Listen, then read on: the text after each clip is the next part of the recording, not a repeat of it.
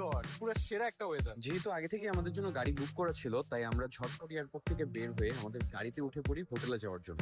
Basically কিন্তু দুইটা airport, একটা হচ্ছে ড্যাশিং এয়ারপোর্ট আর একটা হচ্ছে ক্যাপিটাল এয়ারপোর্ট।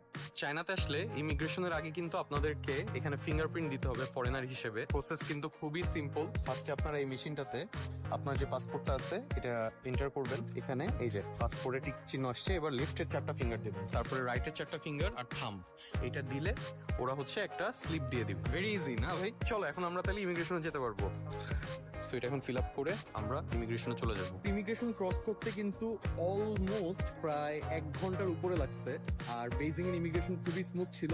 আমাকে জাস্ট জিজ্ঞেস করছে যে কয়দিন থাকবেন, কোথায় কোথায় ঘুরবেন, তারপরে হোটেল বুকিং দেখতে চাইছে, আর হচ্ছে রিটার্ন টিকিট দেখতে চাইছে। আর বাকিদের ইমিগ্রেশন এক্সপিরিয়েন্স কেমন ছিল ভাইয়া? ইমিগ্রেশনের এক্সপিরিয়েন্স স্মুথ, এমন কিছু জিজ্ঞেস করে না। জাস্ট হচ্ছে নর্মাল ডকুমেন্টস দেখতে চাইছে না? অনেকে মনে করে যে চায়নাতে আসলে নাকি ফেরত পাঠিয়ে দেয়। না আমার কিন্তু খুবই ভালো নেই।